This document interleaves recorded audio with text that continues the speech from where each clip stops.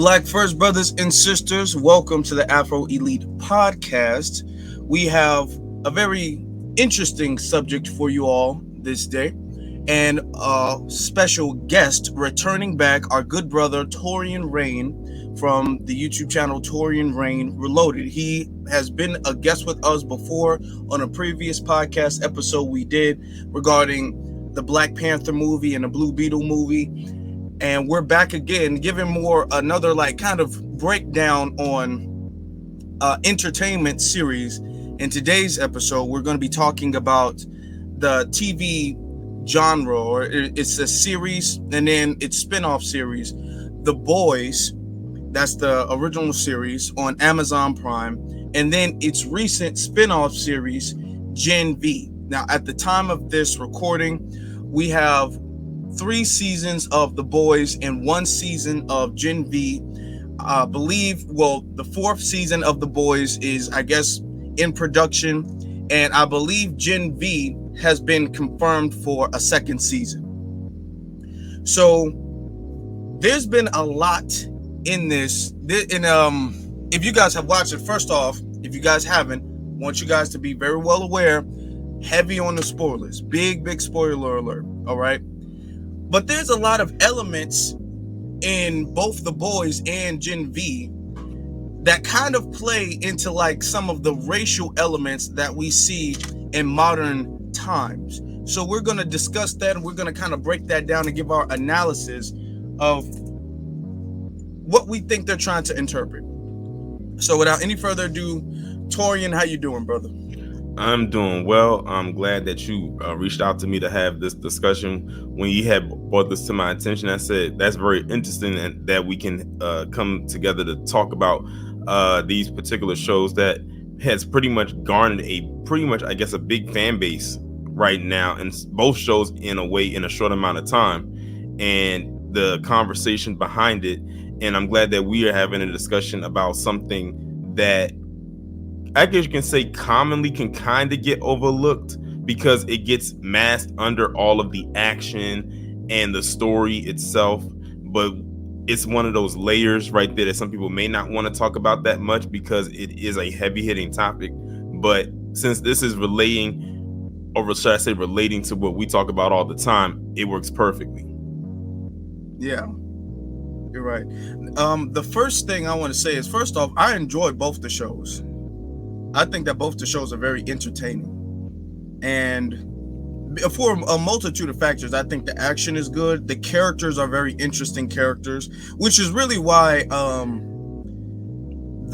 what we're going to be discussing, because the plot isn't necessarily, even though it can be, and we will tie into that, but a lot of the characters have elements in it that seem to a degree like a racial allegory. Mm-hmm. In some of the ways that they treat different, because in the show, and I don't know why you're watching this if you haven't seen the show, but in the show they have 2 different, groups of people. They have soups. Those are people who have different superpowers. You know what I mean? It's not just like Superman superpowers. Some people can, breathe fire. Some people can do, it's a lot of different stuff. Almost like, and I noticed it was very similar to the X-Men, and how the people who have superpowers are mutants, and then there are regular everyday people. Mm-hmm. Now, first I want to start talking about the X-Men, because I think that this is almost mirroring the X-Men to a degree. Yeah. Now, in the X-Men, and we can talk about this for a second, it was supposed to really reflect the X-Men, or mutants in general, not just the X-Men, but mutants were actually supposed to really reflect Black people, and the discrimination that they face reflects Black people in the civil rights movement. Yes. So much so, like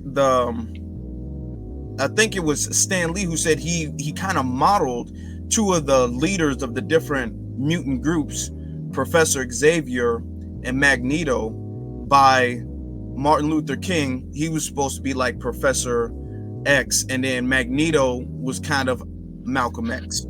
Yeah, and you can see it like when you look at how those characters are written, or how they're portrayed in either the animated series from the 90s, or even the movies from like the early 2000s and even like the mid 2000s, you can kind of see the parallels there of how they are compared to Malcolm X and Dr. King.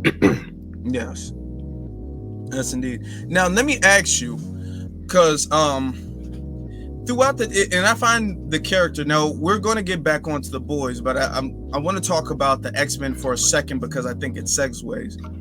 The character Magneto, I feel like, is a very, very interesting character, because growing up watching the 90s X-Men cartoons, Magneto was always portrayed as a villain, because he's the person fighting the X-Men. Mm-hmm. And I find that it's interesting that they kind of mirrored Magneto as, or at least in the cartoons, I will say. I don't know how much influence Stan Lee had over the cartoons, but in the cartoons, because I had started watching the cartoons before I like read any comic books on anything. Yeah. Magneto was the villain, and I thought it was very interesting that they the cartoons, or Fox, modeled who was supposed to be like the representation of Malcolm X as the villain, the I hate human beings villain. I think that's very interesting. What do you think about that, Tori? Well, I thought it was interesting in the fact that when you look at him initially, he comes off as a villain. And that's because that's how we're presented him. That's how he's presented to us as. But then when you look into his backstory, then you realize what made him become the way he is. And I always say that villains are created, they're never born. Usually a villain always starts off as a good person, and then something happens, like some kind of shift happens, or something in their life happens to make that switch go off. And then they realize that, you know what, I'm fighting for the wrong cause. But the thing is, when you think about it, Magneto, in a sense, wasn't really much of a villain. He was just about his people, which were the mutants, and he saw what they were doing. That's why if you look at the movie X-Men First Class, you kind of get a backstory about Magneto. He started off, really as a really good person working with Professor X. He helped him build Cerebro, which is a device that Professor X uses to help him find and locate other mutants, or helps him connect and link to the minds of every human on the planet. And when he realizes that the humans just cannot change, even though despite Professor X, or Charles Xavier before he became Professor X, it's a lost cause. Why are we trying so hard to be around these people when they don't want to be around us? They've already drawn their line in the sand, and so we have to do the same thing. It was a line in that movie X-Men First Class where Professor X and Magneto were having a conversation, and he was saying, Eric, we have to be better men. And Magneto comes back and says, we already are. So it really is, like I said, if you really want to get a backstory, or how they wrote a backstory for his character, just watch X-Men First Class, which came out in 2011. It was one of the better Fox X-Men films, in my opinion, because you got an idea of an origin story for not just their characters, but how he started the school and everything like that. Yeah. And I feel like that the movie is interesting because it lets you know that there is still a sense of mutual respect they have for each other. Even though they disagree. And a lot of people, and I would say more modern times, when they have the understanding of how deep Magneto's story goes in his real ideology, a lot of black people, I would say, kind of relate to Magneto in a sense over the professor. Because in a lot of ways, Magneto's like, well, you're trying to essentially integrate mutant society with human society, but they don't want to do that, and you're trying to force them to see you as equals, and force them to accept you, but you can't do that, Right, exactly. So I think that's interesting. Go ahead. And then on top of that, the Magneto character, he and his family were, they were in those internment camps. They were during the Holocaust and everything like that. And they went a little bit deeper into it on X-Men First Class, where you saw a young Magneto, like as a kid, literally have his mother murdered in front of him, all because he couldn't use his powers or he didn't know how to use them. Like literally, she was killed right in front of him just so he could rage out, so he could be seen, so his powers could be seen. So you gotta think, like, he's seen a lot and went through a lot through as a youth, opposed to Professor X. He grew up privileged. You know, he came from money. He wasn't impoverished.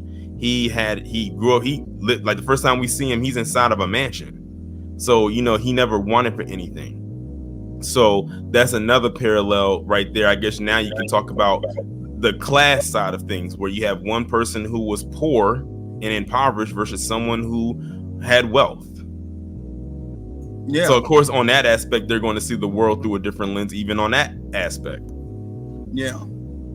Yeah, because growing up, if the world doesn't treat you the same, and you can almost say that's the way some like poorer black people feel versus like a boule black person. If you grow up in the, you know, in a poor environment in the hood, and you know, like, to be honest, most black people, I'm not gonna say most black people grow up in the hood, but most black people don't grow up in mansions at all. You know, right. I know I did. I didn't either. So, you know, if you grow up in a mansion, you're not gonna really see the reality of how harsh the world can be to your people, you know. So it's gonna make you, even if you recognize that the harshness exists, it is gonna make you kind of have a more, I don't want to say the word civil, but have a different approach to it, have a more friendly and united approach to the solution, right, than somebody who didn't grow up in that type of, or a more realistic and common type of environment, which is more so what Magneto went through. Exactly. So I think that's interesting. And I grew up loving X-Men, so we can talk about X-Men all day, but that's, you know, maybe for a different time. I know the MCU is coming out with an X-Men movie, so I'm looking forward to seeing how they depict certain X-Men characters and the story of X-Men. So I'm kind of, maybe we might talk about this again when they introduce the X-Men in the future sometime, because they've already introduced mutants in the MCU, so I don't know how they're gonna like put the X-Men in there, but we'll see. But the reason why we're talking about X-Men is because essentially the X-Men and the mutants are a reflection of black people and white, and which would mean that white people would be the humans, and white people have an intrinsic fear of the X-Men, or the mutants, I'm sorry. White people have an intrinsic fear of the mutants. So even if they like them, they're still like, hey man, you can like shoot some laser beams at me and vaporize me and my whole house. So, you know, and I think if you understand the workings of Dr. Frances Cress Welsing, and it kind of goes that deep, where she talks about genetic annihilation and their fear of genetic annihilation. And I think that that's very interesting when you look at the mutants, because white people have this, it's a hatred based off of the fear of the mutants. Right. So when we get to the boys, initially, you kind of get a feeling like, okay, well, if the boys are mutants, because it's not like in the Boys TV show, there are 7 superheroes, kind of like the Justice League to a degree, but there's a whole bunch of other different, what they call soups, like mutants, you know what I'm saying? So you kind of get the feeling like, okay, these are kind of like humans, but as certain things go on, I start to more so get the feeling like, instead of in the X-Men, how the mutants are black people, I get the feeling like the boys almost flipped it, and how what they call soups are white people. Yeah. So definitely. I think that that's a very interesting switch right there. And we can't have this conversation without talking about probably the main character on everybody's mind anytime they bring the show up, Homelander. Definitely, yes. What? First off, before you go, Taurean, what do you think about the character Homelander? Well, Homelander is definitely supposed to be almost like a Superman type of characters, because it's interesting that you brought up the Justice League, because when you think about it, a lot of the characters that's in the 7 are kind of reflective of the Justice League, and Homelander would definitely be like that Superman type of character. And Homelander is supposed to be like this all-American type of hero. I mean, when you look at his costume, his cape is literally the American flag. And he's supposed to be seen as this beacon of light. And he's a white male, blonde hair, blue eyed, like he's like your typical American male that people will look to as far as him being a hero. But then anyone who watches The Boys knows that the ones who are supposed to be the heroes are far from it. I mean, they are very sketchy, and Homelander is probably the sketchiest one of all of them. Mm-hmm. Yeah, definitely. Now, what I find interesting is that like I said, it was going to be spoilers anyway. In the first episode, you saw a character named A-Train, and I forgot the name of the other character, but he was running, and he actually, because he has powers like the Flash. Yeah, he's a speedster. So he can, he's super fast.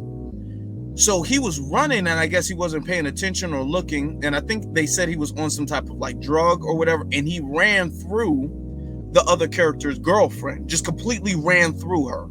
Yep. And the character you're talking about, his name was Huey. And, Yeah. And when he ran through the girlfriend, the only thing that Huey was left holding was her hand. Yeah. Like, he completely disintegrated her body. That's how fast A-Train was running. Yeah. Like, so it literally, he like completely obliterated every part of her body. And the only reason her hand survived is because she was holding Huey's hands while she was on the street. Mm-hmm. So her hands weren't like, on next to her like that, because she was reaching her hands out. Now, what I find interesting is that when you see that, and you see now Huey's like going to the police and trying to get A-Train arrested, and nobody's doing anything because A-Train is a part of this team called the 7. So it really dives into how the 7, even though they were portrayed by the media as this super, Justice League righteous group of superheroes, but you see them, murdering innocent civilians and committing all this crime and stuff like that. So all of them are kind of like bad people to a degree for the most part. But I find that very interesting that as the show goes on, you see even though most of them are kind of messed up, like the Deep, he's like Aquaman kind of. I think the Deep is probably one of the most annoying characters on that show. Yeah, and the thing is a lot of people feel the same way. Yeah, I agree. I definitely agree. So he's messed up. There was a translucent character. He's like a pervert or whatever. So there's a lot of messed up characters. But when you look at it, Homelander is like the absolute worst of them all. Yeah. Like, Homelander is so bad. He literally scares everybody else on the team. There was even a scene where, I find it very interesting because there's a character named Maeve, and she's kind of like Wonder Woman. Yes. And they were on a plane, and the plane was crashing. And she was like, hey, I mean, you got to do something to save him. And at first he's like, there ain't really nothing I can do. Let's get off. And she's trying to convince him to do something. And he's like, no, at first. And then he starts getting mad. He threatens to just kill everybody. He was like, I'm going to shoot, because he has laser vision. I'm going to just shoot you guys with my lasers. Like, don't touch me. Don't get close to me. So I think that's very interesting. And the thing is, like, and the crazy part about it is he had, like, Homelander could have easily saved those people on that plane. Just fly outside of the plane and help guide the plane down, because he had super strength.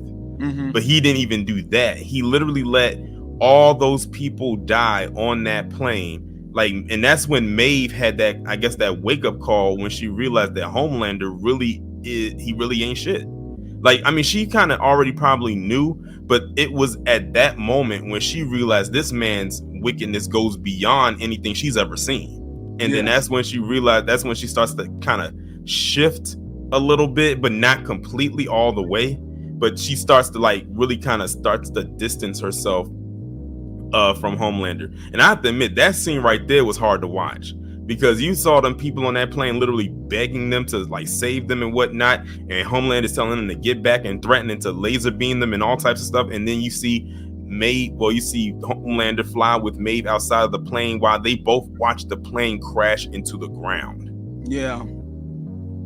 That was especially when Maeve was like, oh, because there was a little girl, and I think that was the part that it was a little girl. Yep. And she was like, okay, we'll just save the little girl. He was like, no, you know what's so, and it's funny you say that about the little girl, because that kind of ties into something in Gen V. Yeah, and I think that's interesting too. And to be honest, because some people are like, well, what was he supposed to do? He can't catch the plane, he can't hold the plane. But I mean, I'm like, he could have, even if he couldn't, I think he could have slowed the plane down. Yeah, like, so he probably could have. He probably could have like flew. Even if he could hold the plane, like I said, he could have like flew out and maybe held the plane from the back. To slow, like you said, to slow it down some, so it could have a soft landing. But he didn't even want to do that. Yeah. And what's messed up is he didn't care to save anybody. Nope. Because he knew, like, hey, if anybody survives, then they would tell that I didn't try. So, my image is more important than everybody's life. And then on top of that, he realized, or he saw that people started to pull out their phones and record that interaction. Mm-hmm. And, if they have that evidence right there, then that would ruin him. Mm-hmm. However, little did he know, Maeve convinced the Deep to go and get and retrieve a phone that somebody had dropped, or it landed into the water or something like that. And sure enough, it was a recording from on that plane, and Maeve had it, and that was her thing she was able to use against Homelander. Yeah, the leverage she was able. That was the leverage she had. And that's I feel like that, because that was like the key moment to show you how sinister Homelander was. Besides that, he would like kill thugs and stuff like that, but that was to show exactly how sinister he really was. Mm-hmm. And I believe that was in season 1, correct? The plane crash was in season 1. Okay.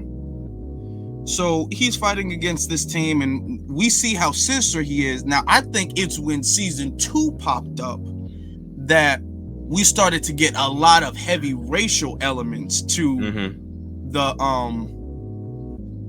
Supes and the humans. Like it started to play this like racial allegory. Yeah. Right. Like for instance, Homelander started dating this one woman called, what was her name? Stormfront. Yeah. The name alone. Yeah, I know. Dead giveaway. Now, at first, it was interesting because he didn't want Stormfront in the 7. Mm-hmm. You know what I'm saying? Right. He didn't want her in the 7, and then they started getting into a relationship, and people were trying to figure out about it. But I remember Stormfront's first action scene. She was chasing somebody. Yeah, she was chasing Kimiko's brother. Yeah. And if you know Kimiko, she's like at this point, she's the only Supe that's with the boys. Now, the boys, of course, is comprised of humans, but she's the only Supe that's with them. And it was a scene where Kimiko came across and found her brother, and her brother has like a telekinesis or kind of a force push type of ability, and Stormfront was chasing after her brother and her. She was trying to keep her away from her brother, and she was trying to get her to her brother. And it was that scene in the apartment complex where she went through that whole complex and almost destroyed the entire thing just to get to her brother. And in that one scene, it was in one complex where it had a black family, and she, with no hesitation, used her lightning abilities and blasted that entire family away and kept it moving, and then did it to another family. Like, she was going on a rampage just to get one person. Yeah. Now, Kimiko she's Asian. I think she's what, Venezuelan or Filipino. I don't know exactly. Maybe I'm not entirely sure, but I know she is. Like, she is of she's of Asian descent. Yeah, and her brother was too. And it was interesting because when they were going through, now we understand how Homelander, he don't necessarily care about civilian casualties like that, as long as it doesn't hurt his image and the way the people look at him is what's important. Nothing else matters. But Homelander doesn't, even though he doesn't care to save everybody, I don't even think at that particular moment Homelander would just purposefully kill civilians. But you saw Stormfront, she was chasing a guy and she would pause just to kill the civilians. Yeah, instead of just like going after her target, she paused and she stopped just to kill them. So she did that with intent. Yes. And then on top of that, she saw it was a black family on top of that, and then that's when she killed them. And then that's when a lot of people was like, wait a minute, something is off about that. Like, she just stopped to kill this black family and just kept it moving like it was nothing. I said, her name is Stormfront. I mean, if you know about the Stormfront page, it's a very anti-black website, or at least it was. I know, and I thought that was very interesting, the name. Now, when she did it, and then she killed her brother, Kimiko's brother, and she called him a racial slur, I was all like, oh wow, okay, so this is kind of her thing. And as the show progressed, they were able to find the main team was able to find some files on Stormfront and find out she's like hundreds of years old. You know what I'm saying? And she is actually a former Nazi. Yep. So that adds a lot. She I guess she changed her identity and everything like that. Yeah. She doesn't look it. She looks like she's around the age of everybody else, but she's hundreds of years older than everybody. So that added a lot of like the racial element, because you could see to a degree she was going around like almost pushing Homelander to be the same as her, more sinister. And if you remember, it was a backstory that they, like a little backstory they did. Remember when some of the boys had went to this woman's house? It was a black woman that went to her house, and she started telling them a story about the time it was like when she was a kid, and she and her brother were out driving. It was raining, and they got stranded or something like that. And it was dark and rainy, so she couldn't really see. But she said it was a woman figure that just came out of nowhere, and she beat her brother to death. Like, literally, when they showed it, I was like, wow, she literally like beat this man's face. And you know what it reminded me of? He almost reminded me of Emmett Till. Yeah. Like, when his face was so badly disfigured. And I forgot what she had said, because at the time she wasn't going by Stormfront. She was going by Liberty. That was her name or her moniker at the time. And I forgot, she had said something to him. It was some kind of racial thing that she said. It wasn't the N-word, but it was something that you would typically hear a white person say to a black person, especially during that time. And then that's when you got a little bit more insight about who she is. Yeah. And I think that that's interesting too, because she said she tried to tell the police about it. Now, this happened, I think this was like in what, the 60s? Maybe the 60s. Yeah, like maybe the 60s, around that time. Which is interesting that they chose to be around that time, because that's during the time of course, the Civil Rights Movement. So it's interesting that she tried to tell the law enforcement about what happened with her brother, and people just dismissed it.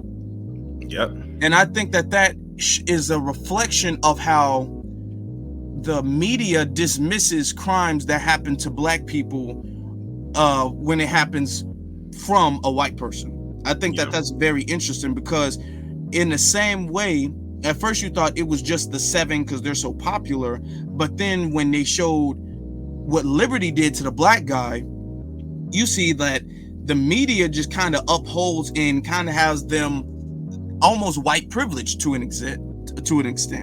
Exactly.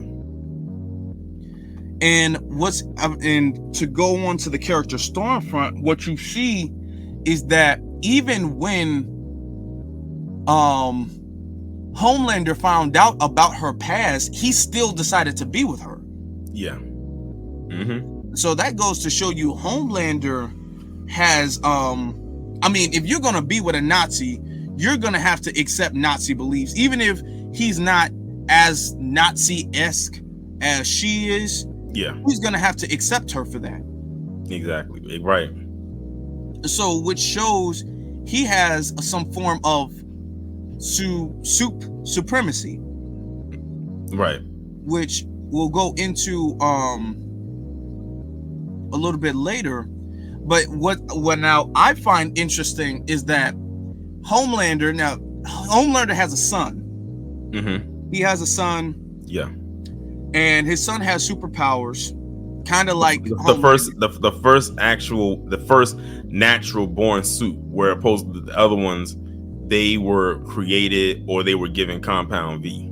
Yeah, exactly. He got it because of Homelander. Yeah. So when I remember a scene, and it was very interesting, this scene, because a lot of people had a different reaction to it I saw online. The scene where Homelander, he took his son away, and they were in like the wood, they were somewhere, and Stormfront was talking to Homelander's son or whatever, and she said something about they're trying to eliminate us white people. They're trying to like get rid of us white people. And Homelander made a face. He was like, damn. Kind of made like I kind of wasn't expecting that type of face, but you saw he didn't push against it. He didn't really say anything, and he still wanted to be with her. So he was still going to accept all of her Nazi beliefs.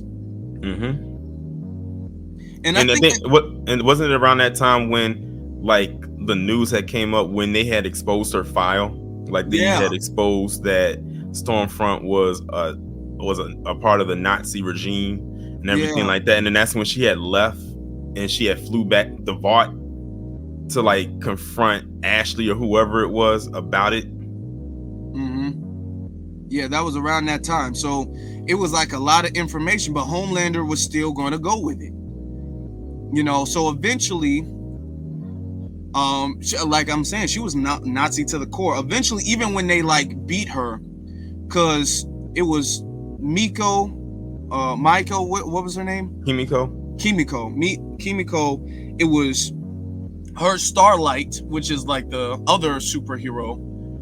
She's kind of like on the 7 and on the other. She's like a double agent type of thing.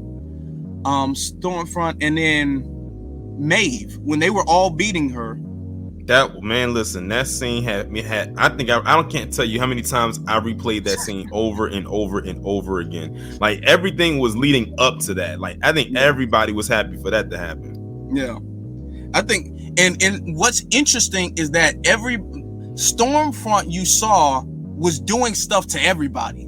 So everybody, not only just because she was evil, everybody had like a personal gripe against her. Yeah. So it was really satisfying to see all of them jump her like that. Yeah. Oh, it was A-Train. I don't know why I didn't think about it. It was A-Train that got the file. It was A-Train that got the file, who got the file on her about her being a Nazi, and then he gave it to Huey and Starlight, and then they were the ones that put it out there, and that's when she came back. Because remember, A-Train, A-Train, he's the only he's the only visible black person on the team. Yeah. So that was always going to be a conflict right there because of Starlight being who she is. I mean, not Starlight, Stormfront. Yes, exactly. So, and it's interesting that of course, got the black guy to kind of expose her to a degree, because they wouldn't have been able to do it. They knew it, but they wouldn't have been able to get the proof because they needed actual pictures. Because she had a picture file of her being a part of the Nazis, you know. So that was A-Train who did that. And what was interesting about that is that's during around the same time A-Train was kind of having an identity crisis. Right.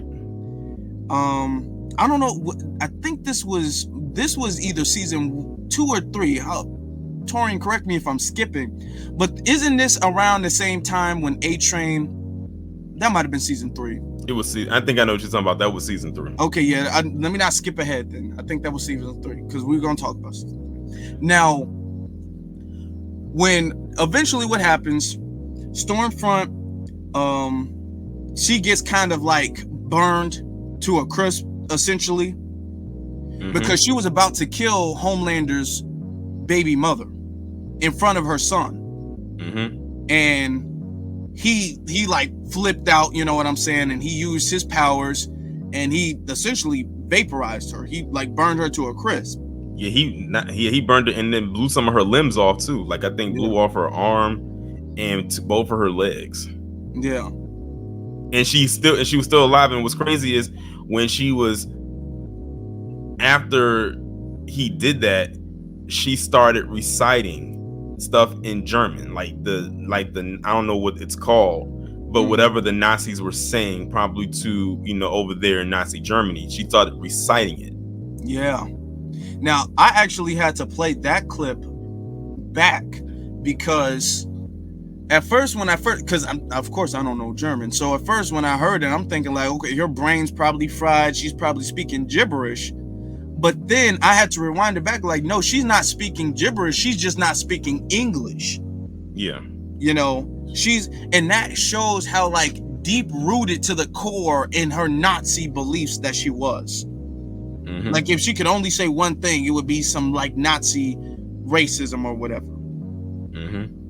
So that leads us to season 3, where in season 3, you saw she initially, I think it was the first episode or the second episode where she wound up dying. Yeah. The thing is, she wasn't dead yet. She was like literally, she might as well have been on life support. Yeah. But the thing is, they didn't know she was still alive. But Homelander had kept her like in some kind of place in vault that no one knew, and she was just basically hooked up to like a machine. But she was able to still kind of function a little bit. Yeah, she was able to talk and all that stuff.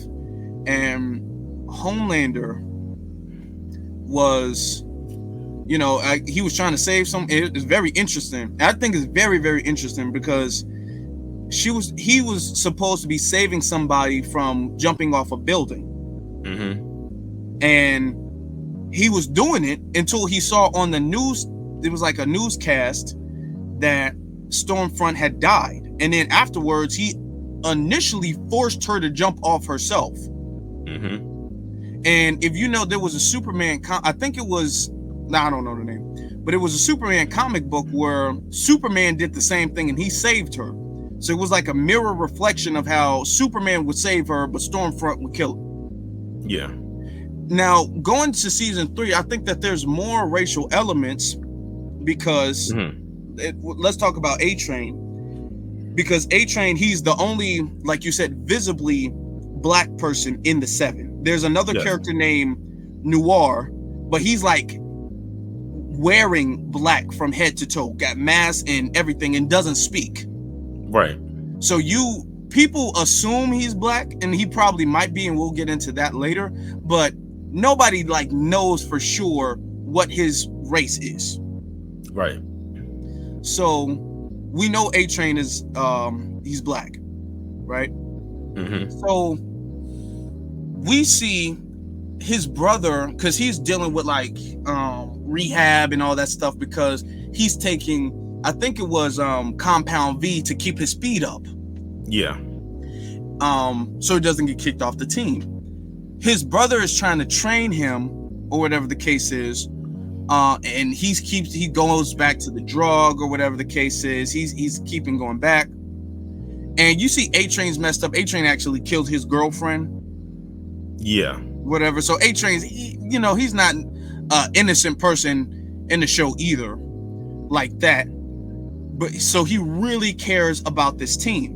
But later on, you see, I don't know exactly how it got to this point, because there's another character who's also a suit, but he's a cop. Yeah, Blue Hawk. Yes. He's exactly. You remember the name. I'm glad you do. I don't be remembering the names in like that. So there's like a community meeting where they're trying to hold him accountable because they're saying he's going around abusing the black people in the black community. And I think that it was interesting that they not only made this character a suit, but they made him a cop too. Mm-hmm. And it was kind of reflective of like all of the police brutality, especially that we were, talking about around that time anyway. So it was really relevant around that time. Yeah. And you saw eventually they get into an altercation at like a community center. Yeah. And the character Blue Hawk paralyzes his older brother. Mm-hmm.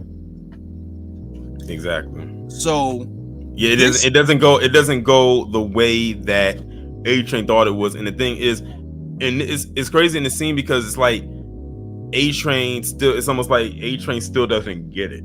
Because I think he grew up around those people, but he's become so disconnected from them ever since he joined the Seven. It's almost like that thing of when a person, like say a black person, comes from nothing and then they become rich and famous, and then they move away and they become disconnected, and they pretty much don't do it, or they don't do anything anymore for the community. And the only time they come down there is to basically give out what I call nigga trinkets.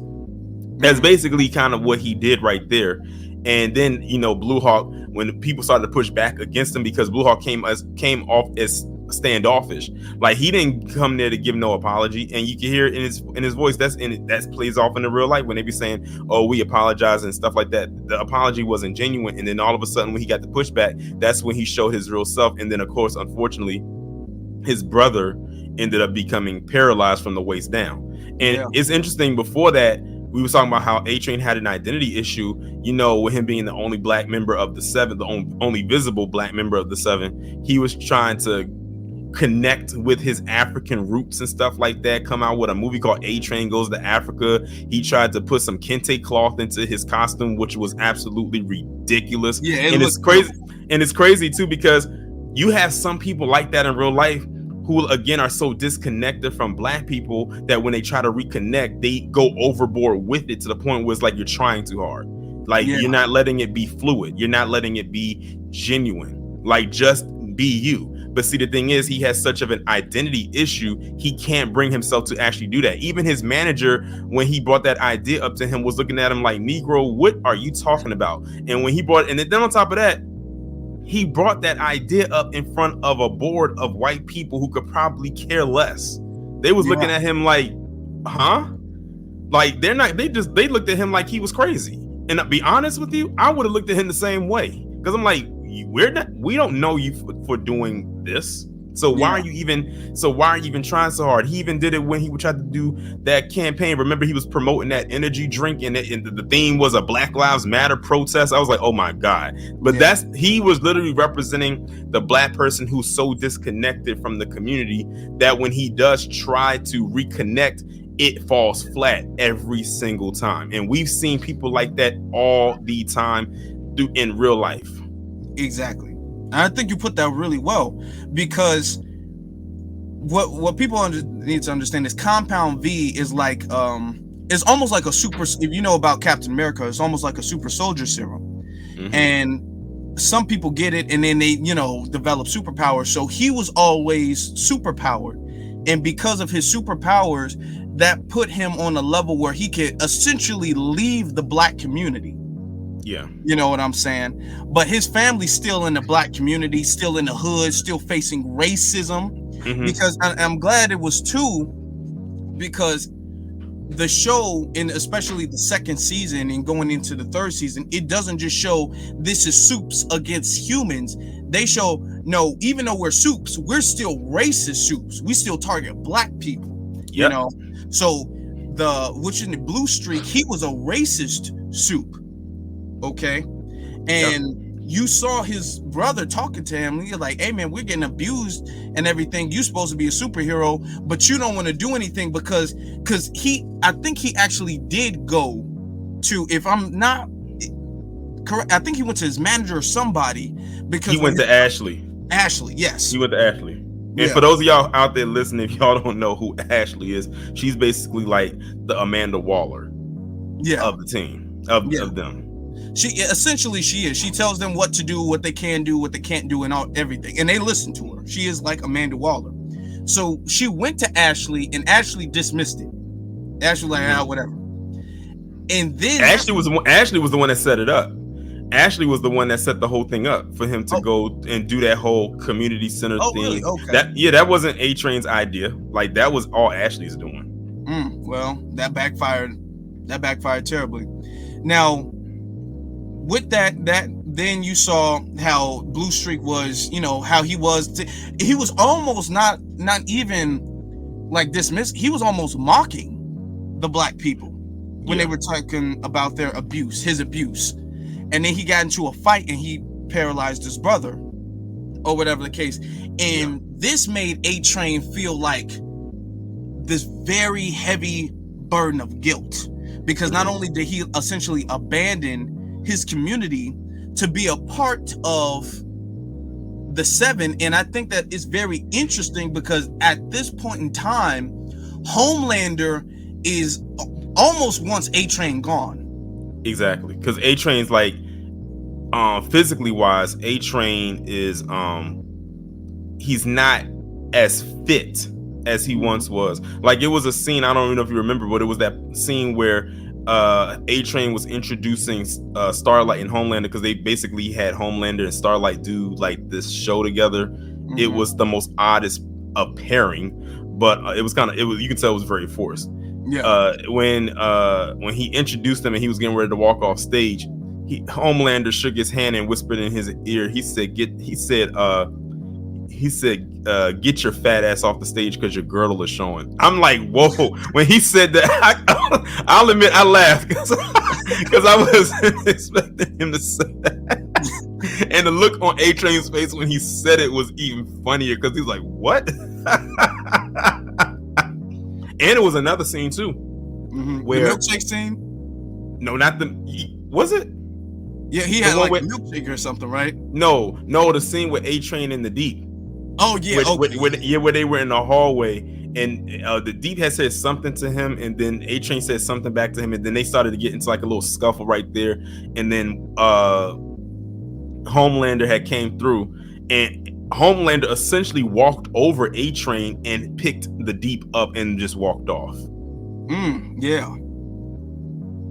So he has that anti-black bias against him too. I remember the milkshake scene where A-Train sitting up there drinking a milkshake, and Homelander's all like, "Ooh, like extra whipped cream." He said something about like as much like whipped cream or something in there, and then A-Train's like, "Oh, well, I gotta have a lot of carbs or whatever," and he's mocking him. He even pokes his stomach, and essentially calls him fat.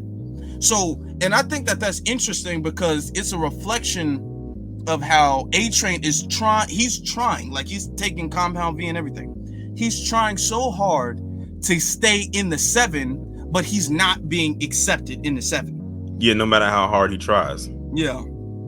So it's to me a reflection of how black people will shill out to be a part of some type of organization or company or the boule or whatever, but they're never really accepted like that. They always feel like an outcast. The way A-Train is, and that's why he was trying so hard, because he didn't want to get kicked out. So he's going through that, not being accepted in the Seven, and then his brother being paralyzed. You know what I'm saying? So and that for him in that moment right there, like when he goes and sees his brother in the hospital, and the doctors tell him that his brother's not going to be able to walk again. That's it's at that moment where I think A-Train finally realizes that he cannot do the go along, get along thing anymore. That was a wake-up call for him, but I think at the end of the day too, he probably wishes that he would have acted a lot sooner before he even got to this point. Because he like, I could have de-escalated this whole situation a whole lot sooner if I wasn't trying so hard to fit in. But in that moment, he was saying to himself, I was only thinking about my well-being. Like, when you think about it, when he had Blue Hawk down at that center, he wasn't doing that for the betterment of the community. He was doing that as a self-serving thing for himself, to make himself look good and more presentable to the people that he, like, again, has been so disconnected from for so long. The only connection he has to that neighborhood is his brother. If his brother never lived in that neighborhood anymore, A-Train probably could care less. I agree. He probably wouldn't step foot in that neighborhood. Exactly. You know, and his brother's the only reason. And it's interesting because you see a lot of people who, when they get like a career or something like that, and when they get some type of status, and then they want to leave not just leave the neighborhood, because it's one thing to, if you're born in a hood or raised in a hood, to move to a nicer neighborhood. I personally don't see a problem with that, but it's a different thing to leave the whole black community in general. And and essentially that's what he did. Yes. So, and he's coming back, or whatever the case is. And the thing is, he's coming back and he's dealing with a lot of stuff, like internally, like essentially feeling lost. Like he's not really connected with the black community because he risked all of that. He sacrificed all of that to be a part of the Seven. And now Homelander, who essentially is the leader of the Seven, doesn't want him around. Right. You know, so this is when he starts doing the whole, you saw he even put on that uniform. He changed the colors of his uniform. Yeah. Or whatever the case is. So he's going through a whole lot of identity crisis issues, and you see that a lot when it comes to like some of the boule or whatever the case is, or some of the, even the Sambos, right? How you see they'll be out there shilling and cooning or whatever, and then when somebody in their family gets shot by the police, and then next thing you know, they want to wear a kufi and throw their fist up and talk about racism. Like, you see all of a sudden people who never spoke about racism before, you see them speaking about racism. Exactly. You know, when something happens to them. And I think it's interesting because we see that a lot when it comes to certain celebrities, certain boule members. You see that happens a lot where, you know, at first it's, I'm colorblind, I don't see race, I just pick myself up by my bootstraps. I mean, y'all just need to learn to let go of the past, let go of slavery. But then when something racist happens to them, now they want to act super pro-black and pick their hair out and throw their fist up. Exactly. And to a degree, you can say that's what happened with A-Train. All the way up until he killed, well, what's his name? Blue Hawk. Blue Hawk, yeah. That was such a refreshing, that was such a bittersweet scene. Yeah, I like that. It was bittersweet in the sense that of him actually doing it, but it was bitter because it's like, oh man, I forgot he has a heart condition. This man could die. Yeah. And at first I thought he did. Like, he literally had a heart attack after dragging Blue Hawk for how many miles he did, and he just fell out right there on the ground. And then, you know, we thought that might have been the end of A-Train, but then only to find out, you know, of course, A-Train is still alive and in the hospital when we next time see him, and he gets a heart transplant from Blue Hawk. Yeah. The irony in that. The irony in that. And then what made it even worse is you had Ashley come by his bedside and, you know, basically tell him that he got the heart transplant and it was Blue Hawk's heart, and then gave him a script of what to say to the press should they interview him about it, basically absolving Blue Hawk of any wrongdoing that he's ever done, even though they know he was capable of what he was doing. Yeah. Basically playing cleanup, which we always see when you see a lot of these cops do things and they have these quote unquote internal investigations where they investigate themselves and then clear themselves of wrongdoing. Exactly. And it goes, and it really, I think, accurately deflects the way the media is always, like you said, cleaning up their image.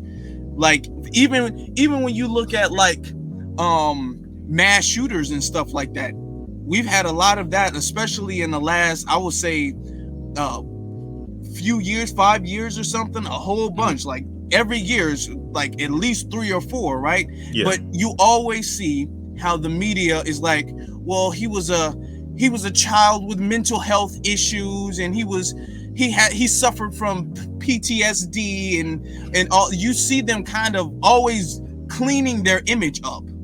Exactly. You know, and that's what the media does. And also too, this is a question I never had a chance to ask anybody, and this is the perfect time to ask you. So you know how A-Train, he killed Blue Hawk, and then eventually, you know, once he gets out of the hospital, the first person he goes sees is his brother, and then this is the first time we see his brother in the wheelchair. What did you think about his brother's reaction? Because his brother was upset and mad with A-Train that he killed Blue Hawk and that he wasn't alive to quote unquote bring him to justice. I'm kind of iffy about that. It's like I see why he's upset about why he did it, but on the other end, Blue Hawk was never going to be brought to justice. Yeah. I never got a chance to ask anybody that question. I will say I can see why his brother was like, I can see why his brother was upset, because Blue Hawk's image is still a good image. True. You know, so I can see how, like, okay, yeah, you killed him, but his people are still going to look up to him to a degree. But my thing is that Blue Hawk was never, it was either he killed him or he just let him get away. You know what I'm saying? A-Train didn't have another choice at that point. So I think that his brother was a little bit too hard on A-Train. I think that at that point, what was it? Because A-Train tried to tell on him and nothing happened. So if you try to hold him accountable and nothing happens, then what are you supposed to do? And I think it was also an emotional thing too, because it's like, you know, this is all happening so fast because now his brother is paralyzed, and he had brought up something about his kids. The brother said, I wanted my kids to see this man be arrested and brought to justice for his crimes and everything like that. So it's like, it really hit hard. Like, that was a very emotional scene. That was probably one of the most emotional scenes out of the entire series. I think if it was any type of a tear-jerking scene or a scene that brought anybody to tears, it was probably that scene right there. Yeah. Because the thing is that, and I kind of felt some sympathy for both of them, and including A-Train, because A-Train knew he had a heart condition. A-Train was told, like, hey, if you like run again, your heart's gonna give out and you're gonna die. And A-Train knew that when he killed Blue Streak, that he was probably gonna wind up dying. But he did it to avenge his brother. You know, so for him to essentially sacrifice himself to avenge his brother, and then his brother to say, I'm disappointed in you, that I kind of felt that probably really hurt him. But to be honest, I was very happy when A-Train did it. I'm not gonna lie, I was very happy. I think everybody else was. As a matter of fact, I was on YouTube. They made a whole comp video of people reacting to just that part, and everybody had the same type of reaction. I mean, I think, you know, the same type of reaction we had as well. Yeah, I was happy about that. Now, and what else is going on in season 3 is you have I was about to say Superman. You have Homelander's father, whose name is Soldier Boy. So Soldier Boy, he comes out. The boys, which is, I guess, the QE and the crew, I guess, break him out of some Russian prison and to fight, because he's the only one really powerful enough to beat Homelander in a straight up one-on-one fight. Yeah. Right. Plus, he also has a very unique power where he can take other people's powers away. Yeah. So if you take somebody's powers away, they're just a regular human. So they went to get Stormfront. I mean, they went to get Soldier Boy free, and then you see racism in Soldier Boy. Yep. And this is it actually goes to show this is like it shows the origin of noir. And this is why a lot of people assume that noir was, well, people always kind of assume, but that noir was black. Yeah, But people really started to assume that the way they saw Soldier Boy like beating him up. Yes, and yeah, because when they did the flashback, it was through they used cartoon imagery in order to do it. Like Soldier Boy was he was basically a dickhead to everybody, but to Black Noir, he really went in on him, because it was a scene where Black Noir was talking about that he wanted to be like an entertainer or an actor or something like that, and Soldier Boy was basically shooting down his dreams, all the way to the point where it went from verbal abuse to actual physical abuse. Yeah.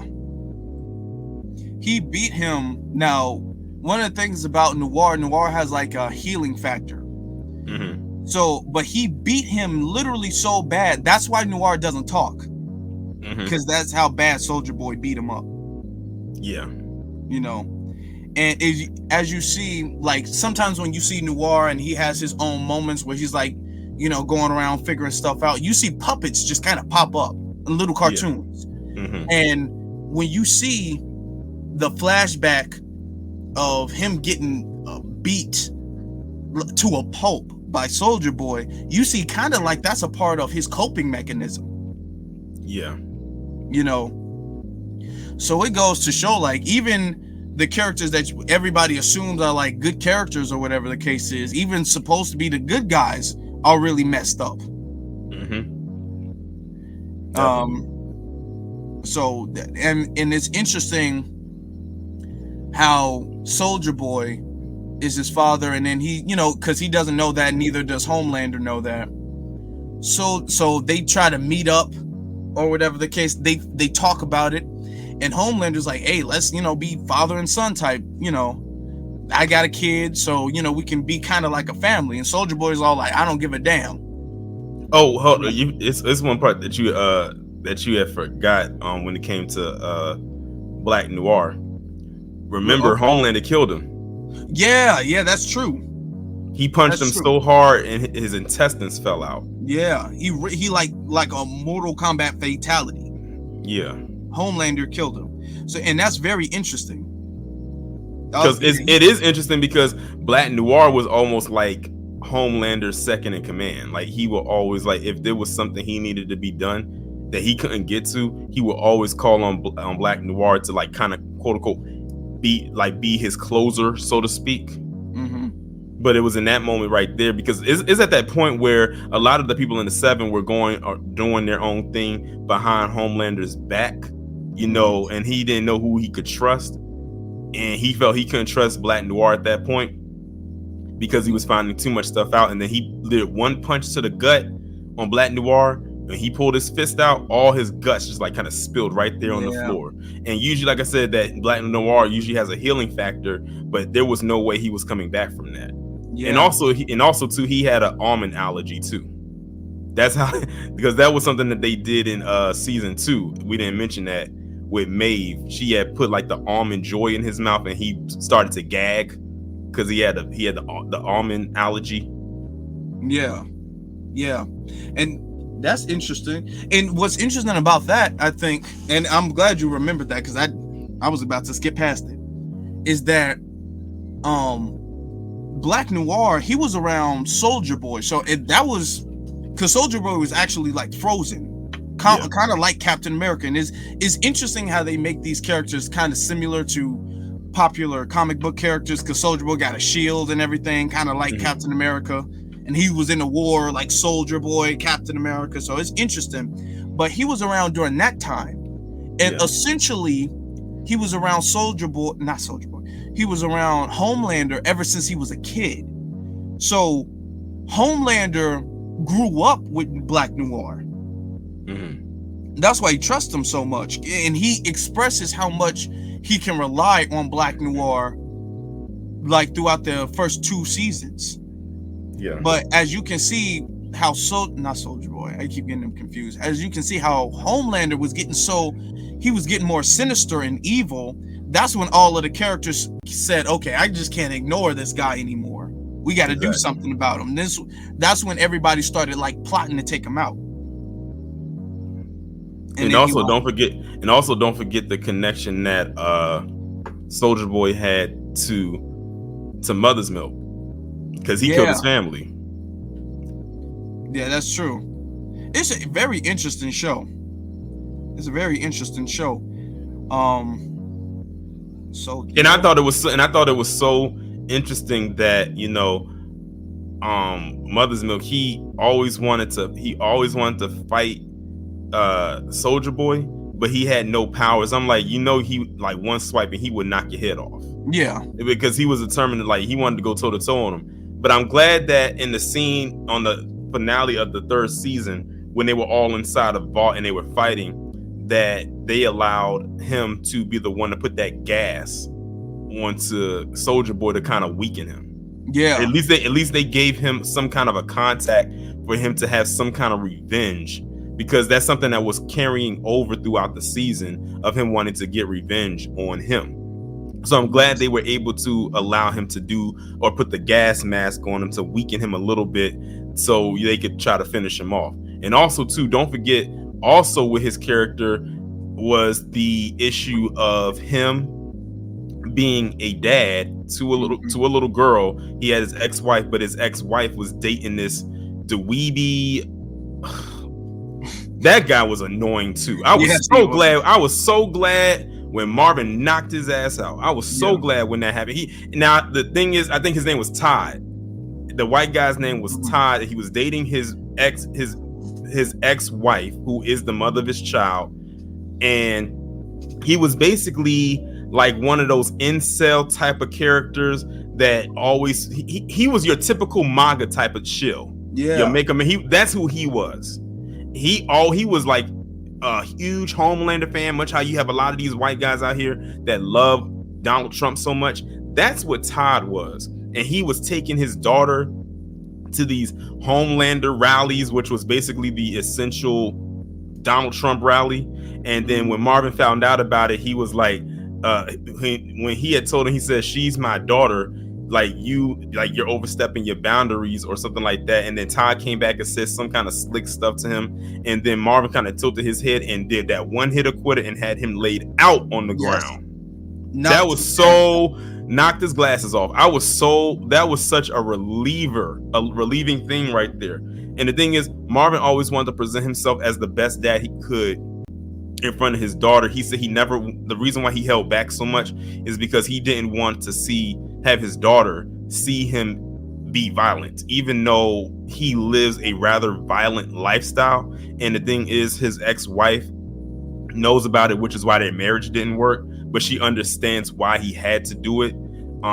But he never wanted her to see that side of him. And we kind of figured out that he also has like a form of PTSD because of what happened to his family, because of what Soulja Boy did. And then I like how they brought that all together at the end of the season when he's going through like a photo album and he's showing his daughter his family, like her grandfather, his great grandfather, showing what they came from. So they also add a little bit of Black history in there as well, because really if we want to talk about getting Black history, we really get it from his aspect. And then he's like tapping the picture because the PTSD causes him to have a condition where he's constantly tapping.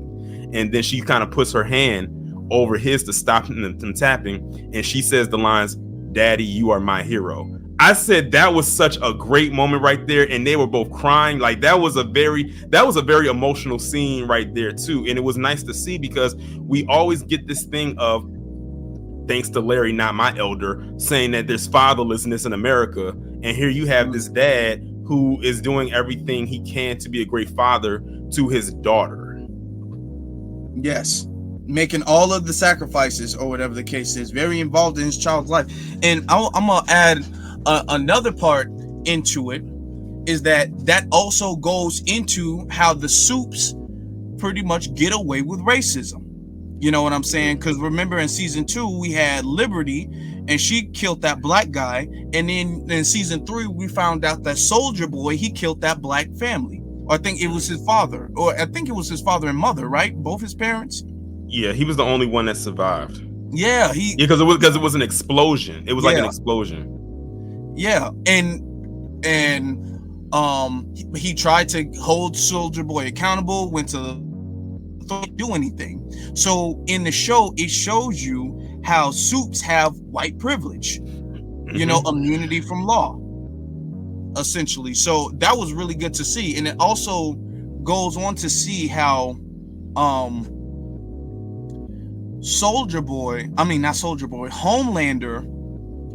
Homelander is starting to become more radical with his stuff, and he almost shows like he almost is like the reflection of the most radical MAGA representative. He even on stage, he was supposed to do like a birthday thing where he's all like, I love you people, you guys are the superheroes and all that. That was his script. But in that script, he was all like, screw this, I'm better than you. I am better than you. Yeah, and like I'm gonna be honest. When the way he delivered that line did make me laugh a little bit. Then he said, "I am better. We are better." This is how he delivered it. That made it funny to me. Yeah, they even took a sample of that and they put that in a song. I think in Metro Boomin put that in a song. The whole "I am better than you," and you get a sense in the show of like supremacy. But it's like it's the vibe of white supremacy around it. You know what I'm saying? Because even in the show, the same character you said his name is Tony, he was at another rally where he bought where Homelander bought his son out. Yes, and that was at the end of the 3rd season. Yeah. Homelander bought his son, and somebody was like, because there was an and it's interesting because there's a pro Homelander side, and then there's an anti-Homelander side. You know? Yeah, and some guy threw a can or a cup at his son, and then Homelander looked right at that guy and blasted him away. And then Todd was there at the rally. They kind of looked like in confusion, and then all of a sudden Todd, being the wannabe that he is, started cheering loud as hell, and then everyone else started cheering. So that's at that moment right there where Homelander realizes, like, wow, I can actually kill people in public like this, and people are going to cheer for it. And then it ends off with Homelander's son looking out into the crowd, and he has like that Damien Thorn looking smirk on his face. And then it ends. I was like, uh-oh, that boy about to turn. I said, that's gonna be a deadly combination right there. Yeah, especially if he's turns out to be as powerful as his dad, which is looking like he is gonna be. You know, it's looking like he has the dad's same powers or whatever the case is. You know, so that's kind of dangerous. And it's interesting because he literally killed this man for throwing. It didn't hurt his son. It's not like his son was injured or anything like that. It was like a small little item or something like that. His son wasn't phased at all or injured or hurt in any way. And you saw him use his heat vision to blow his head off. This man completely like blew his head off, and everybody froze and then started cheering for him. And then even Homelander was a little surprised. Homelander was kind of like, oh, wow, damn. And then you saw him starting to like the praise he was getting from that. Exactly. And I think that goes to show how no matter how, like, in the side of like white supremacy, no matter how wicked you even see the other person is, that's your side. It's like a cult, you know? Exactly. So that's the end of season 3, and I think it's very interesting. I can't wait to see what they do with season 4. But then we have a spin-off show called Gen V. So in the Gen V spin-off, this is about essentially a university of superheroes or of supes who are going to become superheroes to a degree. Like if they're going to be like a street superhero, or if they're going to be a part of the 7, or what type of hero are they going to be? Because they have all of the students in this university have powers. Exactly. Now, first off, we can't ignore the fact that essentially the very main character in the show is a black girl. Yes. You know, so she's there. She goes to the university or whatever the case is, and she finds out that the university was not what it's supposed to be. You know, one of the characters, Starboy, I think his name was. No, Oh, Golden Boy. Golden Boy. Golden Boy goes on a essentially a mental breakdown. He kills the administrator and then kills himself. And he's talking about the woods. Now, it's another interesting fact that there was a black character. I keep forget his name. Andre. Andre. Yep.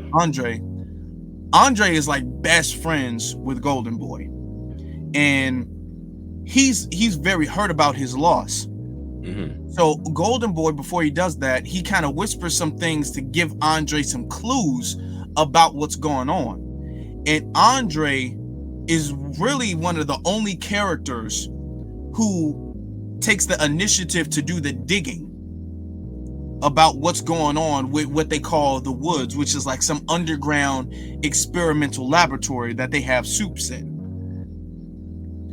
So he opens that can of worms and he finds out that Golden Boy's brother is there. He has crazy mental problems, but he's super strong, or whatever the case is. He might be one of the physically strongest characters on the series. Right. On that particular series. So they're essentially doing these things, but you see small little like racist elements in there, or racist like innuendos in there, because then you see the whole I can't forget the professor's name, but the professor's name, who is supposed to be like a therapist or like a kind of like a therapist. What do they call that? Social services or something for the Soups. You see, she she vehemently hates superheroes, Soups, because of. Oh, okay. I know who you're talking about. Yeah. Now. I had to think about it for a second. Yeah. And what I find very interesting about that character is that she's not like a black woman. I don't think. I think she's more like an Indian. Yeah, she looks more like she's Indian. She has an accent. She has like a British accent too. Yeah. So she's not white, but she's not black. Maybe she might be like half black or something. I don't know what the actual actress's ethnicity is. But she's not what you would consider a typical black girl.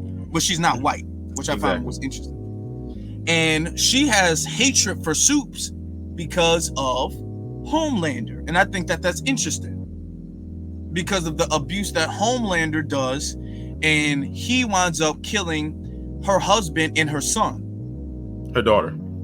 My bad. Okay. That's why I said earlier, I believe that the little girl that was reaching out to Maeve might have been her daughter. Wow, that's interesting. Of course, at the time, we wouldn't have known that. Yeah, there would be no reason to know, and you wouldn't know that until you get to, the other series or whatnot. But she's like radically hates Homelander in all Soups because of that. To the point where she works with this doctor to come up with a virus that specifically targets Soups and kills them. Like, she's asking, like, how can we duplicate it? How can we make more? Can we make it airborne? Can we make it contagious? A whole bunch of things. And when you see what it does to them, they look like not bloaters. They look like clickers from The Last of Us. Those of y'all who are familiar with The Last of Us, if y'all see what those look like, that's what they look like initially right before they die. Yes. And I thought what was very interesting about this show too is that it takes real issues that a lot of younger kids have gone through, whether in this generation or even in previous generations. Like, you have the main character whose name is Marie. She has like blood bending powers. So she has to initially, when we first see her, she cuts herself to use her powers, which of course, there are people out there who are called cutters, who cut themselves on their wrists. And of course, it causes them to bleed. But of course, if they cut too deep, they might hit an artery and bleed to death. Then you have Andre. He has like almost like Magneto abilities. Like, he can manipulate like metal and stuff like that. but like his issue is like you can tell he has some kind of a problem, but you don't really know what it is early on until like the last episode of the season. Mm-hmm. Then you have the Marie's roommate, whose name is Emma, who can make herself get small and big, but the way she gets small is she has to make herself throw up, so she's bulimic. Yes. So like it's like I like that every character has a real world issue that's related to their power. Yeah. It really does it adds a lot of depth to the character. Yeah. It adds a lot of that. And what I find interesting with the character, you said the main character's name was Maeve, right? Marie. Okay.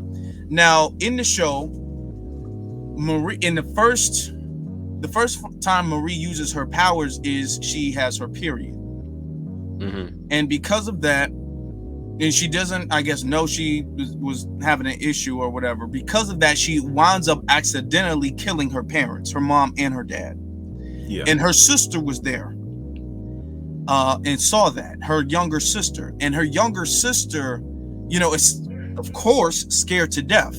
So she winds up going into an orphanage, which causes Marie to have issues when it comes to connecting with people. She really doesn't connect with people, and she wants to be a hero, but you can see the motivation for her being a hero is to kind of rebuild the relationship she had with her sister. Mm-hmm. And it's interesting that in the show, other people know about her and her desire to reconnect with her sister, and they play on that. And they use that to kind of push her buttons and tap into her emotions and manipulate her in some of the earlier episodes. That same woman is using her sister, and people are using her sister like, hey, if you do this, I can hook you up with your sister. If you say this, you can talk to your sister. So they're manipulating her emotions because they know she desperately wants to talk to her sister again. Exactly. That's very interesting. Yeah, and it's very sad at the same time. Yeah. But they basically saying we know how easy she is to manipulate. But I thought it was also very interesting was when we find out, like in later episodes, of how she actually really got into this school was through Victoria Newman. Yeah. And we didn't really talk about her that much, but she showed up in season 2. Yeah, I think it was. She showed up in season 2. And the thing is, we had saw her, but we was like, we don't know what her purpose is yet. But it's a reason she's there. And all of a sudden, we just saw people's head would be popping all over the place. But we was like, we don't know who it is. Like, how is this even possible? Is it something in the food? Like, what is it? And then at the end of the episode of the second season of The Boys, we find out that it's her. So she has this ability to just pop people's heads. It was like, that's one of the craziest powers to have. But then fast forward to Gen V, she shows up here and she's talking to Marie because Marie finds out some information and she wants to give it to Victoria. And then that's when we find out that Victoria has the same abilities as Marie. Like she could do the blood thing. Like she cut her hand right there and showed that she could push the blood out of her hand and pull it back in. Like just like her. And then that's when she helps Marie develop something about her power that she didn't even know, where she can detect the blood. She says, tell me about me. And then she uses her powers. And that's how she finds out that Victoria is a soup and has compound V in her. So now through that conversation, she's able to now tap into something with her abilities that she ends up using in the finale, which was very dope to see, by the way. Yeah, she was. And it's interesting because that character, Victoria, she's running for a political office. She's running. Doesn't she remind you of AOC? Yeah, she does. She does remind me of her. Like every time I see her, like the look of her and everything like that, the way she kind of talks and carries herself reminds me exactly of AOC. And it's interesting because she's running for vice president, and she's kind of like earning her way up and killing her way up to a degree. Yeah. And nobody knows she's a soup. Exactly. Nobody. Nobody knows that. Except for Marie. Yeah, except Marie. Marie's the only one who knows that. But she's working her way up, but she's not letting people know she's a soup. So it's interesting to see. Oh, Starlight knows. Starlight, yeah, that's true. it's interesting to see like what her agenda is gonna be when she gets in there. And also too, because remember the last time we see her, she gets that canister from the doctor that created the virus, and she basically asks him, is this the only one? Is there any other replicas of this? And you're the only one that can make it and whatnot. So she takes it, she gives him a card. He looks at it, there's nothing on the card. Then all of a sudden you see a speck of blood hit the card. It's like, oh shit. Yeah, I know what's about to happen. And then boom, she popped his head. So I'm curious to know what she's going to do with that virus. Yeah. I'm curious to know that too. And it's interesting because she, like I said, I don't know, like what we still don't know. And that's what makes, I think, the character so interesting, is we still don't know her like end goal agenda. Mm-hmm. You know what I'm saying? We know that Marie told her about it, and this is before Marie even knew she had powers. Marie didn't know she was a soup at that point. Right. She didn't even know that she didn't even know she was the reason she got into that school. Exactly. So she told her, and then she took the canister, and I knew by the questions, like, is this it? Does anybody else know how to make this? He's like, nope, it's just me. I'm like, yeah, I know. That's gonna be the end of you. You know, especially y'all meeting up in a garage. In an empty garage. Yeah.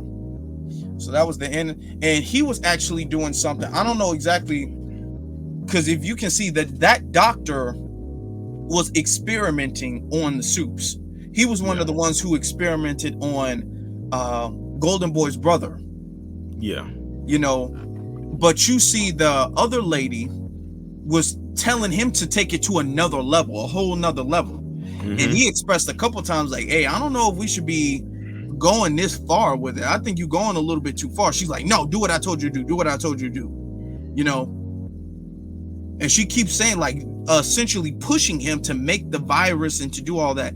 Now, at first, I thought they were making like an antidote for soups. Mm-hmm. But then I found out she's forcing him to make a virus that will genocide soups. You know, so that was very interesting. But he wound up losing it. He told the wrong person about that. Mm-hmm. And now she has it. But like I said, we don't know what she plans to do with it. She's the only one with it. So I guess we'll see what happens maybe in the 4th season of The Boys. Yeah. I'm very curious to see. I think it was a good touch to have her in Gen V. Mm-hmm. Now, what I find interesting too is that the character named Kate. Yeah. It was the character named Kate, and she has powers where if she touches you, she takes her gloves off, almost like Rogue from the X-Men. Yeah. Where if she touches you, she can tell you what, she can pretty much tell you to do anything and you'll do it, no matter what it is. She can tell you to do anything and you will do that. You know what I'm saying? Yeah. But you can see it kind of like messes up her head, messes up her mind a little bit. Yeah. When she uses it for like too long. Yeah. When they call it pushing. Mm-hmm. If she does that too often, then you know what I'm saying, it's gonna like affect her negatively. But what's interesting about it is when she talks about, and you can see her backstory a little bit because I guess she can read minds as well too. Mm-hmm. She can read minds as well, and in the show, the characters go into her mind and see her backstory, and see how she was the one who essentially caused her brother to go missing, and he was never found. So that hurt her parents, and she was essentially locked away. You know. Yeah, they put that door. They put that door on her wall. I was like, how did they get that installed? Yeah, for real. They treated her like a monster essentially until that other character popped up, the like a principal or that one lady. She popped up and she essentially helped Kate, but she was also manipulating Kate as well too. Mm-hmm. You know, because Kate was doing anything she was telling her to do. So eventually, going on, the principal's agenda was announced. You know, she was all like, I want to kill all soups. because Kate pushed her to, I guess, tell the truth. And she waited for everybody to be there. And when she did that, she made the professor kill herself. Made her cut her own throat. And then when Marie tried to help her, because Marie's ability would have been able to put the blood back in and heal herself, Kate touched Marie's hand and told her not to do it. And it made Marie think about when her parents died, or when she killed her parents, and how she couldn't help them. So that was an emotional part for her to see, like, someone now knowing she could help them, but she can't because Kate stopped her from doing it. Yeah. That was, and it shows in the show earlier. I think this is like what, the first or second episode in the show. You see Marie is able to do that because Andre makes a mistake and he essentially cut somebody's neck open and they're bleeding out. And Marie stays there. I think this was what, the first episode. Marie stays. It might have been the first. I think it's the first episode.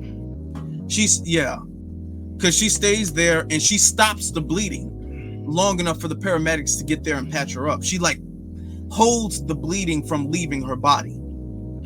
And she could have did that to save the professor, but Kate stops her. And when Kate stops her, then she's talking. You see her, and it's interesting. They made her eyes do that thing where, like, if she pushes too much, her eyes kind of turn red and bloody. Yeah. So you see, she kind of just lost her mind, and she's all like, "Hey, we're gonna have to kill them before they kill us." You know.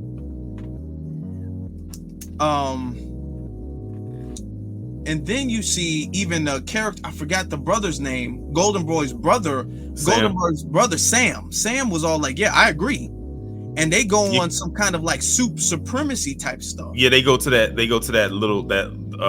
meeting or that rally or whatever it is that Victoria is at. It's like a campaign type of thing. And it's right there. That's when you really see the MAGA crowd parallel there, because you had that one soup named Rufus who was basically like a what was his ability, like not a ventriloquist, but I forgot what the technical name of it is for.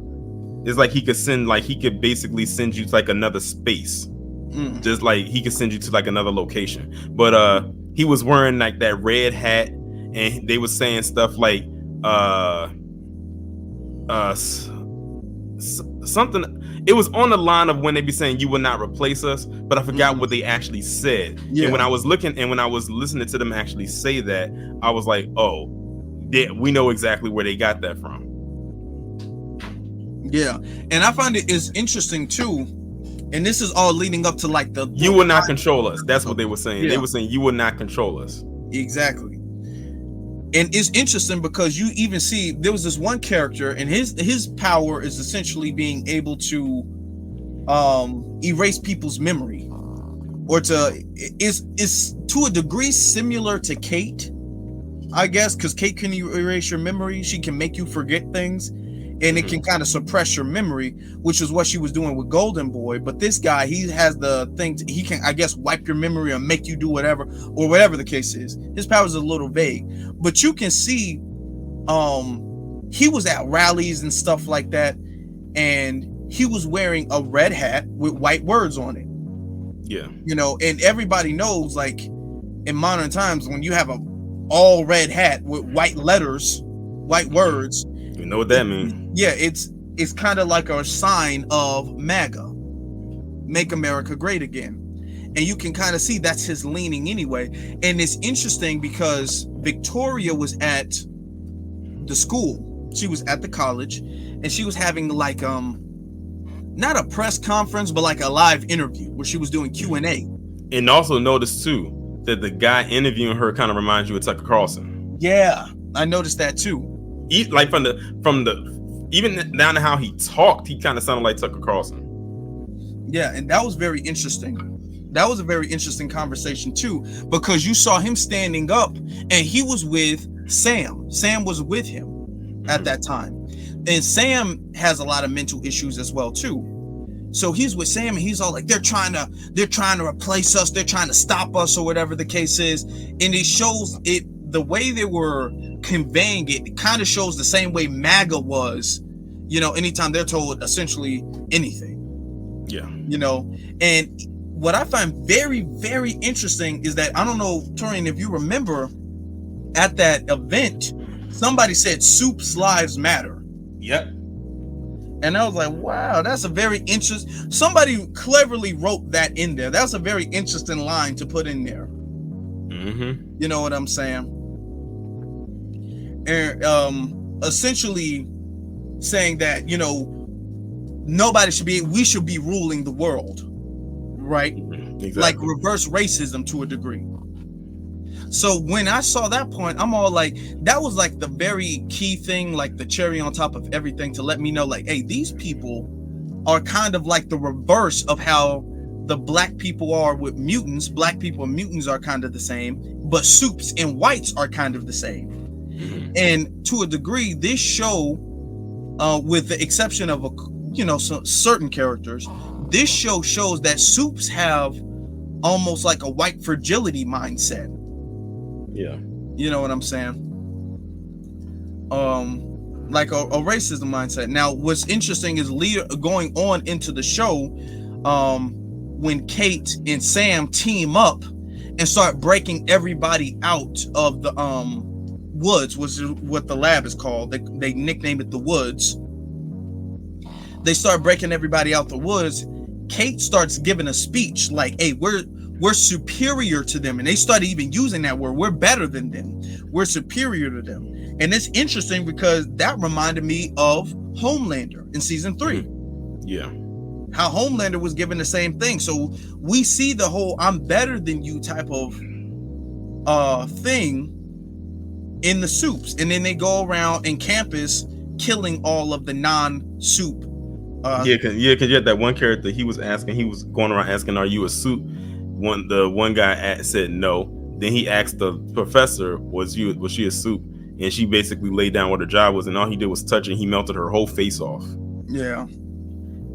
That was crazy. And then that was wild. And even Ashley was, I guess, on campus or around the campus, and she was terrified to death. Mm-hmm. You know what I'm saying? Because there's essentially nothing she can do. Mm-hmm. So they were trying to hide for as long as they could, while you had Maeve and a couple other people trying to stop them, or whatever the case is. Now, I find it very interesting that the show did this, because had Andre been there, Andre would have been able to stop Kate. But Andre was with his dad at the time. Yeah, because his dad had a seizure. Yeah. That was a wild scene right there. And that was the first time we ever saw his powers. Yeah. You didn't know exactly what his power. And this leads me to believe that Homelander's son is going to be just like Homelander. Because it seems like father and son tend to have the same type of powers. Yeah. So he's probably going to be just like Homelander. And even though they have super strength, like Andre clearly has super strength, because he takes like direct blows from Sam a lot. Yeah. But he's not as strong as Sam. Right. Yeah, he had to use a stun stick in order to get Sam to like power down, so to speak. And even then, he had to hold it there for quite some time in order for him to fall. And then the surge went from Sam into him, so they both fainted. They both passed out. Yeah, and and also too, he had to kind of flick his finger a little bit to get the stick to come to him. It wasn't like he had to. It's almost like you'd have thought he was trying to move something more bigger, where he had to struggle. Whereas something as simple as that should have just came right to him. But remember, the doctor was telling him about his dad's condition and saying he wouldn't be able to use his powers anymore. So I think Andre is going to realize that it's hereditary. The same thing is going to eventually happen to him. But it looks to me like it's happening sooner rather than later. Because his dad looks like he's in his middle age. Yeah. You know what I'm saying? He's got a gray beard and everything, and it is just starting to affect him. With Andre, it's looking like it's affecting him much younger. Right. You can tell he was scared to hear that when the doctor said no more using powers. Like, that part shook Andre. Like, he was like, wow. Because Andre didn't want to tell the doctor that he was experiencing some of those same symptoms. Mm-hmm. And then hearing him say that no more using your powers, and you saw how he struggled to move that stick. something that he should have been able to move like it was nothing. But yeah, it most likely is, hereditary. But also too, remember what happened at the end of the episode, not the very end, but when Homelander finally got there.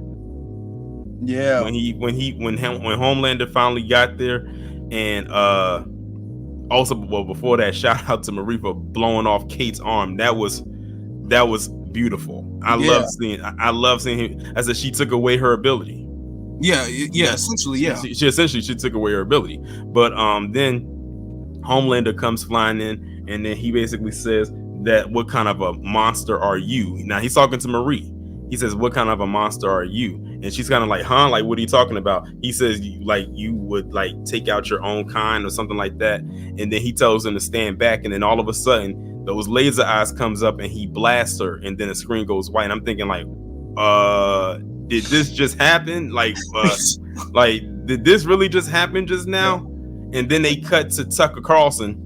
That's just how I'm gonna see him, as it's Tucker Carlson, talking about the quote unquote Guardians of Godolkin, and we know they got that off of Guardians of the Galaxy. Yeah. But and saying like they were talking about the 4 people, and then they spun it. I said the media spin, they spun it to make them seem like they were the bad guys and made Kate and Sam the quote unquote heroes. And then the next thing you know, we see Marie, Andre, Emma, and Jordan all in this facility with no doors. They're wearing hospital gowns. It's this white room, and they have no clue where they're at. And that's just how the episode ends. Yeah, it's just very interesting. And I think it was interesting because Ashley, when she was panicking, Ashley was the one who was like, somebody call Homelander, get Homelander over here. So it was Ashley's the one who called Homelander, and people are thinking, because, if Ashley called Homelander to protect her, Homelander's going to come and stop the fighting. So when Homelander flew down, everybody froze, because I was like, this is Homelander, you know what I'm saying? And this happened right after Marie blew Kate's arm off. Yeah. So it's interesting to see, because nobody knew exactly what Homelander was. I didn't even know what Homelander was really going to do. Mm-hmm. It's interesting to see that. And Marie was happy to see Homelander. You know what I'm saying? She was like, hello, sir. And he was all like, hey, stop. And then he said that, like, what type of animal are you? She was like, what are you talking about? That was a very interesting thing, because it really does go to show, like, they view supes as different races of people, like attacking your own kind. And I saw on, the comments online and stuff like that, and they be all like, didn't Homelander kill like 4 supes? And I was thinking to myself, I think he did kill. He killed that one shapeshifting dude in the boys. Then he killed Black Noir. Then who else? He killed a couple other supes, I believe. But he doesn't have a problem killing supes. But I think it's the reason. That's the thing. It's the fact that he's killing supes for himself. And it goes to show that white people don't necessarily mind white sacrifices, for white supremacy. But you can tell that Kate, at that point in time, Kate was fighting for essentially supe supremacy. And Marie was fighting against it. Exactly. Which is something that I was about to say Superman, which is something that Homelander is for. And when Marie did that, he looked at Marie like Marie is like a race traitor. That's why he shot her with the heat vision. Do you think Homelander knows what her ability is? I don't think I wouldn't think so. Okay. I think that's good. I think that's good that he doesn't know. Yeah. Because remember, she's a freshman. Even though she's like up on top, I don't know if he would know, because she just got into school. So he might not know. And if he didn't see her blow her hand off, because he came right after that. So he probably really doesn't know. Yeah. But I find it to be very interesting too, how even though it was Kate and Sam who essentially caused all that destruction in the school, and we still don't know how they got all that stuff cleaned up.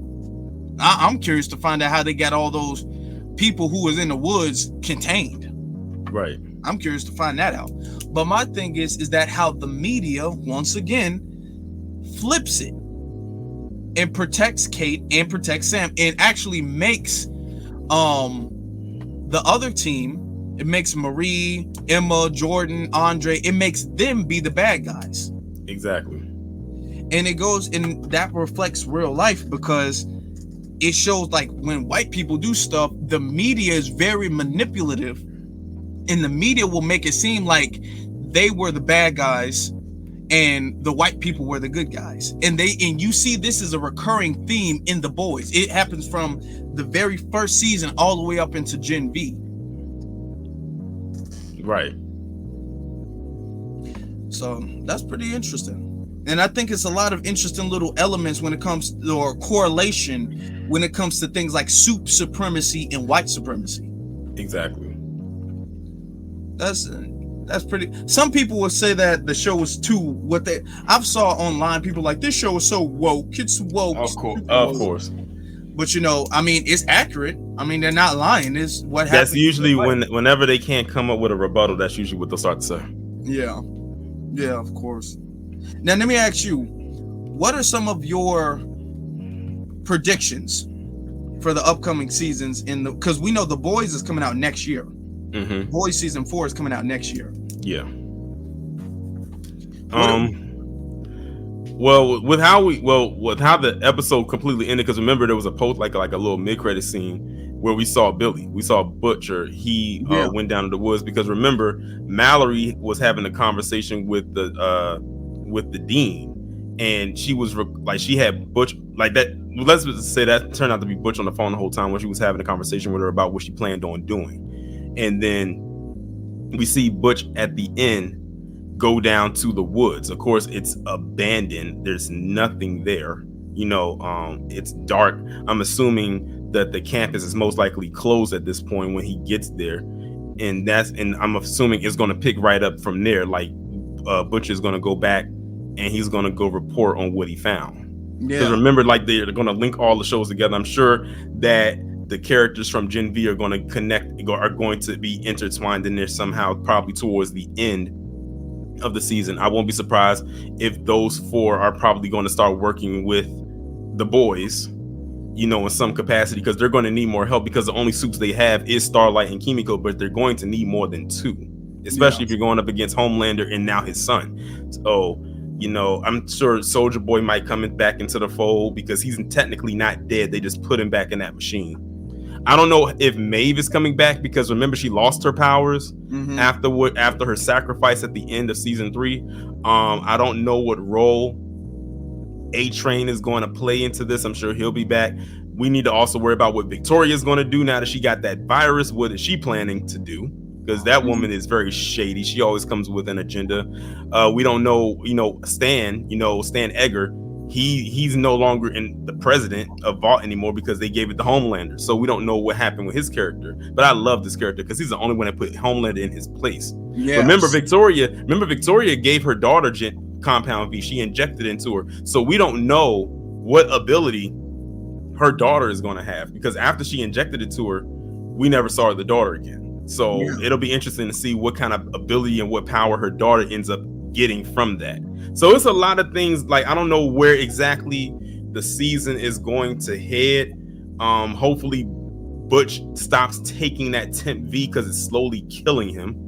But I don't know. Like, it should be very interesting. I can't wait to see what the upcoming season holds. As you know, like I said, we are both fans of that show, and it never disappoints. Like this show, from the first season all the way up to now, even with Gen V, has literally been one big roller coaster ride that just doesn't stop.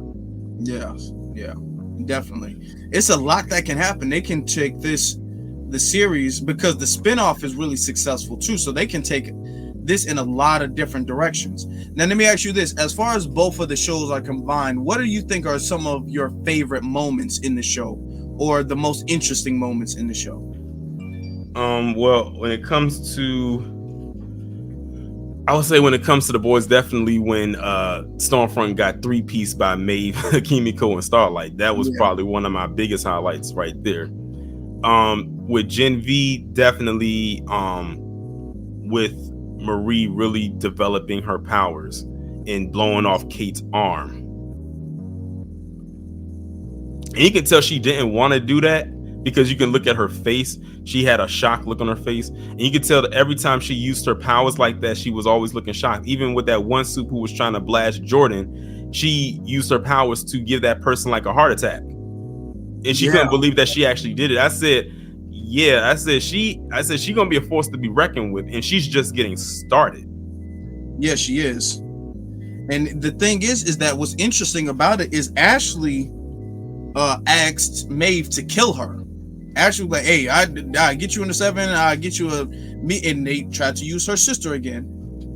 Like, I'll get you a conversation with your sister, I'll do a whole lot, but you're gonna have to kill Kate because she's just going crazy.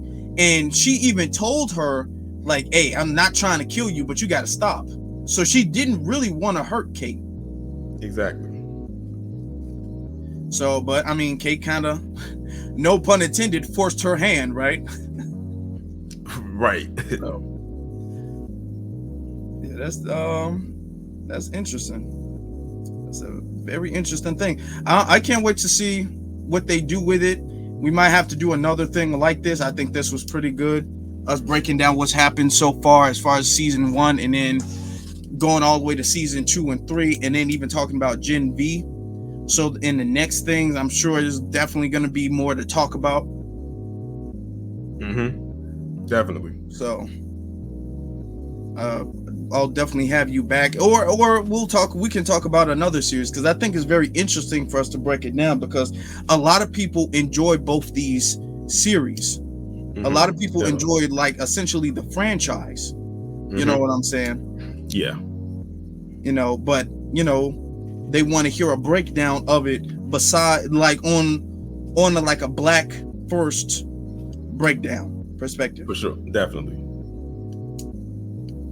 So we'll definitely be back with this. But I'll let Taurean go. I'll let you, before you go, can you tell people how to find you?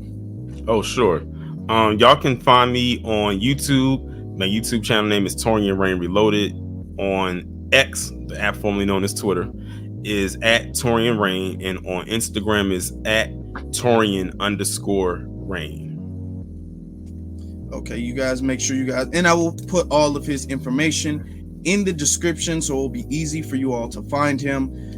He also does movie reviews as well too. He speaks on Black issues and things going on with the community and society. But he also, if you want to hear like a movie review or something pertaining to, comic books or whatever the case is, the latest movie, you guys can check that out too, because he's very versatile with a lot of his content.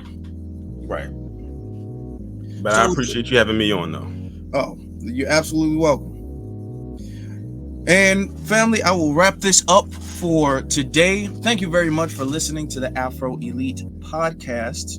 Let me know what you guys think about the series in the podcast in the comment section below. Please do not forget to leave a like, hit that subscribe button if you are not already subscribed, and hit that share button. And with that being said, my brothers and my sisters, be one salute to every single last one of you all. And of course, you all have a good one.